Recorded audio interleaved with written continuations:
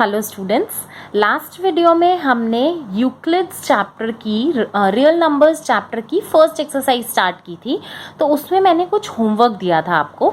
मैंने ये क्वेश्चंस थे, 2 क्वेश्चंस आपको कहा था कि आप खुद सॉल्व कीजिएगा। आज हम उनको सॉल्व करके देख लेते हैं। आई होप आपको कोई इशू नहीं आया हो, बट फिर भी मैं एक बार इनका सोल्यूशन करके दिखा देती हूँ।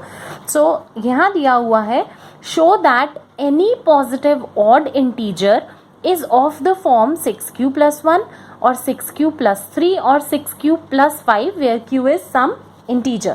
तो हम इसको सॉल्व कैसे कर रहे थे?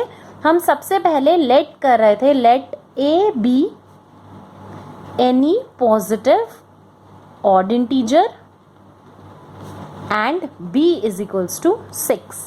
So now by Euclid's algorithm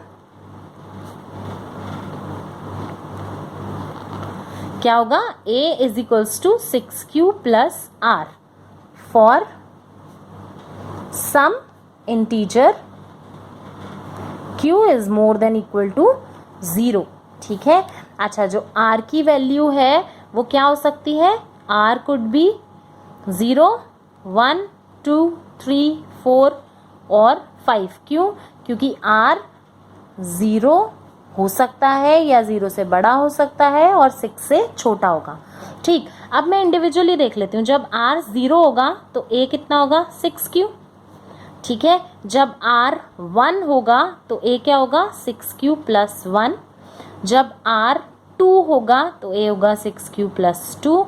ऐसे ही ये 6q प्लस 3, 6q प्लस 4 और 6q प्लस 5। ठीक है। अब क्योंकि a क्या है मेरा? ऑड इंटीजर है। ठीक है, ऑड इंटीजर है तो इसका मतलब ये कैंसिल आउट हो जाएगा, ये कैंसिल आउट हो जाएगा, ये कैंसिल, क्योंकि इवन आएंगे ना। ठीक है। सो ऑड का क्या फॉर्म आ गया? 6q प्लस 1, 6q प्लस 3 या 6q प्लस 5। ये क्लियर हो गया आपको? सो दैट मीन्स कि हमने ये शो कर दिया है जो हमारा क्वेश्चन था। ठीक है। अब नेक्स्ट क्वेश्चन देखते हैं। नेक्स्ट क्वेश्चन था, show that cube of any positive integer is of the form 9m और 9m plus 1 और 9m plus 8। ठीक है, तो मैं सेम करूंगी, मैं लेट करूंगी। a हो गया मेरा कोई भी इंटीजर और b क्या हो जाएगा? 9। ठीक है, तो अगर मैं यूक्लिड्स एल्गोरिथम लगाती हूँ तो a क्या हो जाएगा? 9q plus r। अब r की वैल्यू किसके बीच में लाई करेगी? 0 से 9 के बीच में। तो r 0, 1, 2, 3, 4, 5, 6, 7, 8 कुछ भी हो सकता है। तो मैं सब तो लेकर नहीं देख पाऊंगी, तो मैं सबसे पहले r को 0 लेके देखती हूँ। तो a क्या आ जाएगा मेरा? 9q। ठीक है। अब मैं क्या करूँगी? मेरे को क्यूब बोला है ना, तो मैं इसका कर दूंगी क्यूब दोनों साइड पे। ठीक है, तो इसका मतलब क्या आ गया? a cube is equals to 9 9 जा 81, 81 9 जा 729 q cube.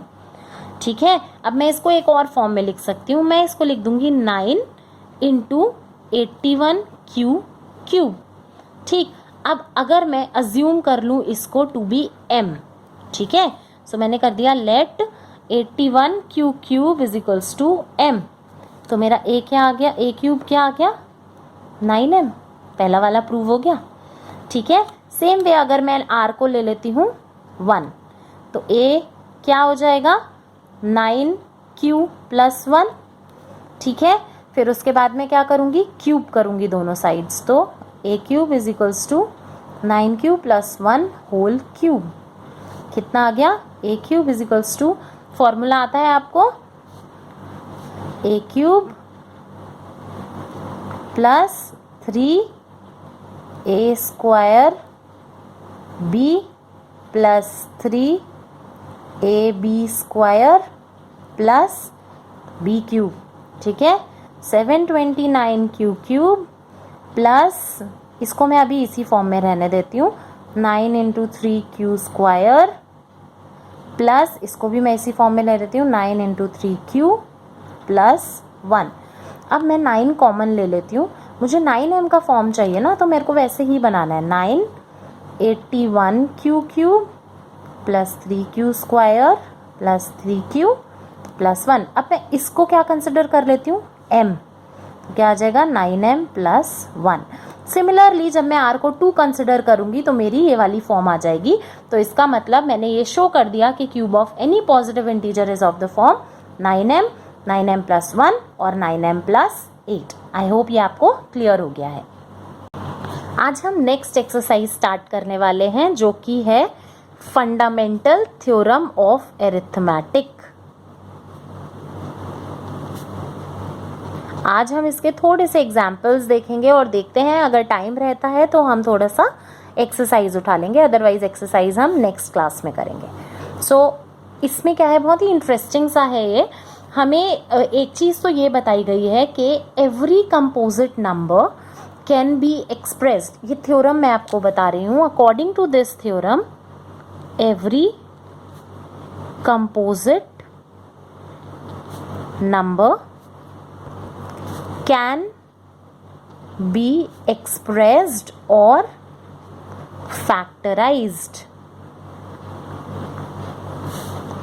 as a product of prime numbers। ठीक है, and this factorization is unique apart from the other in which the prime factors occur। So basically सबसे पहले आपको पता होना चाहिए प्राइम नंबर्स क्या होते हैं और कंपोजिट नंबर्स क्या होते हैं। ठीक है, सो प्राइम नंबर्स वो होते हैं जिनका फैक्टर या तो वो खुद होते हैं या फिर 1 होता है। फॉर एग्जाम्पल 2 का प्राइम फैक्टर क्या है 1 into 2, तो इसके 2 फैक्टर्स हैं, या तो 1 या वो खुद। ठीक है, सेम वे 7 के प्राइम फैक्टर्स हैं क्या 1 या फिर 7। So the numbers having 2 factors जिसमें से एक 1 होगा और एक नंबर खुद होगा, तो उनको कहते हैं प्राइम नंबर्स। कंपोजिट नंबर्स वो होते हैं जिनके 2 से ज़्यादा फैक्टर्स होते हैं। For example 4। ठीक है, तो इसके 2 से ज़्यादा फैक्टर्स हैं, 2 हो गया, 1 हो गया, 4 हो गया। ठीक है, तो 3 फैक्टर्स हो गए ना बेसिकली। सो द नंबर्स जिनके फैक्टर्स जो है वो 2 से ज़्यादा होते हैं उन्हें कहते हैं कंपोजिट नंबर्स। ठीक है, 1 भी तो होगा ना इसका, तो 2 into 2 into 1 फैक्टर्स हो गए ना उसके। ठीक है, तो अब क्या है, हमें इस एक्सरसाइज में बेसिकली सिखाया है एलसीएम और एचसीएफ निकालना। उसके लिए मैं सबसे पहले एग्जाम्पल 6 से स्टार्ट करूंगी। हमें क्वेश्चन में दिया हुआ है find LCM and HCF of, आपको 2 नंबर्स का एलसीएम और एचसीएफ निकालना है 6 and 20 by prime factorisation method. ठीक है, अगर मैं इसका सोल्यूशन करती हूँ, प्राइम फैक्टराइजेशन कैसे निकालते हैं आपने सीखा हुआ है। 6 है, 2 3 ज़ा 6, 3 1 ज़ा 3, प्राइम फैक्टराइजेशन हो गया 2 into 3 मतलब 2 की पावर 1, 3 की पावर 1। अगर मैं 20 की बात करूँ तो ये 20 है, 2 1 ज़ा 2 0, 2 5 ज़ा 10, 5 1 ज़ा 5, तो 2 की पावर 2 into 5 की पावर 1। ये क्या हो गया इसका प्राइम फैक्टराइजेशन। अब अगर मुझे एचसीएफ निकालना है, एचसीएफ क्या होता है हाईएस्ट कॉमन फैक्टर, मतलब it is the product of the smallest power of each common prime factor in the numbers. मतलब इन दोनों नंबर्स का कॉमन प्राइम फैक्टर क्या है 2। अब इसकी स्मॉलेस्ट पावर क्या है 1, तो 2 की पावर 1 मतलब 2 क्या हो गया एचसीएफ। ठीक है, अगर मैं बात करती हूँ एलसीएम की, एलसीएम होता है लीस्ट कॉमन मल्टीपल, मतलब the product of greatest power of each prime factor. तो मतलब यहाँ 2 3 5 3 फैक्टर्स है ना टोटल इन दोनों में, तो 2 की हाईएस्ट पावर क्या है 2 into 3 की हाईएस्ट पावर 1 into 5 की हाईएस्ट पावर 1, तो इसका मतलब 4 into 3 into 5, तो आंसर क्या आ गया 4 3 ज़ा 12 एंड 12 5 ज़ा 60। सो एलसीएम हो गया 60। ये क्लियर हो गया। अच्छा, मैं एक इंटरेस्टिंग चीज़ बताती हूँ आपको, अगर मुझे वेरीफाई करना हो कि मेरा आंसर सही आया है या नहीं। अगर 2 नंबर्स का एलसीएम और एचसीएफ निकाला है तो HCF into LCM is equals to product of numbers. आप इससे वेरीफाई भी कर सकते हैं। मैं देख लूँ क्या, ये मेरा 6 था, ये मेरा 20, एचसीएफ आया था मेरा 2, एलसीएम आया है मेरा 60। ठीक है, और ए क्या है मेरा 6 और बी क्या है 20। ये कितना आया 120, ये कितना आया 120, दोनों इक्वल है ना, तो इसका मतलब मेरा आंसर सही है। ठीक है, अच्छा ये मेनली सिर्फ दो डिजिट्स पर एप्लीकेबल है, जहाँ पर दो डिजिट्स का एलसीएम या एचसीएफ निकालना होता है। अब नेक्स्ट एग्जाम्पल देखते हैं, एग्जाम्पल 7। इसमें आपको क्या बोला है, find the HCF of 96 and 404 by prime factorization method and hence find their LCM। पहले HCF निकालना है और उससे आपको LCM निकालना है, ठीक है। तो मैं इसको सॉल्व करना शुरू करूं। सबसे पहले मैं 96 का प्राइम फैक्टराइजेशन करूंगी। सो 96, 2 4 ज़ा 8, 2 8 ज़ा 16, 2 2 ज़ा 4, 2 4 ज़ा 8, 2 1 ज़ा 2, 2 2 ज़ा 4, 2 6 ज़ा 12, 2 3 ज़ा 6, 3 1 ज़ा 3। सो 1 2 3 4 5। तो दिस इज 2 की power 5 into 3। Now 404। So 404 will be 2 2 ज़ा 4, 2 2 ज़ा 4, 2 1 ज़ा 2, 2 1 ज़ा 2। 101 का फैक्टर नहीं होता है तो 1। सो 2 स्क्वायर इंटू 101। तो मेरे को पहले बोला है क्या, एचसीएफ निकालना, मैंने निकाल दिया। एचसीएफ इज इक्वल्स टू कितना आ जाएगा, एचसीएफ क्या है, हाईएस्ट कॉमन फैक्टर, तो जो दो कॉमन है वो और उसकी जो लोएस्ट पावर है वो, तो इसका मतलब 4, राइट। एलसीएम कैसे निकालूंगी मैं, एलसीएम निकालने का तरीका है कि मैं इन सबको मल्टीप्लाई कर दूंगी, 2 की पावर 5 इंटू 3 इंटू 101। मेरा थोड़ा सा कैलकुलेशन कॉम्प्लिकेटेड हो सकता है, तो मैं फॉर्मूले से कर देती हूँ। HCF into LCM is equals to a into b. HCF कितना है 4, एलसीएम निकालना है, a is 96 and b is 404। So LCM कितना आ गया, 96 इंटू 404 डिवाइडेड बाय 4। ये कट जाएगा 101। तो अगर मैं 96 को 101 से मल्टीप्लाई करती हूँ, 909,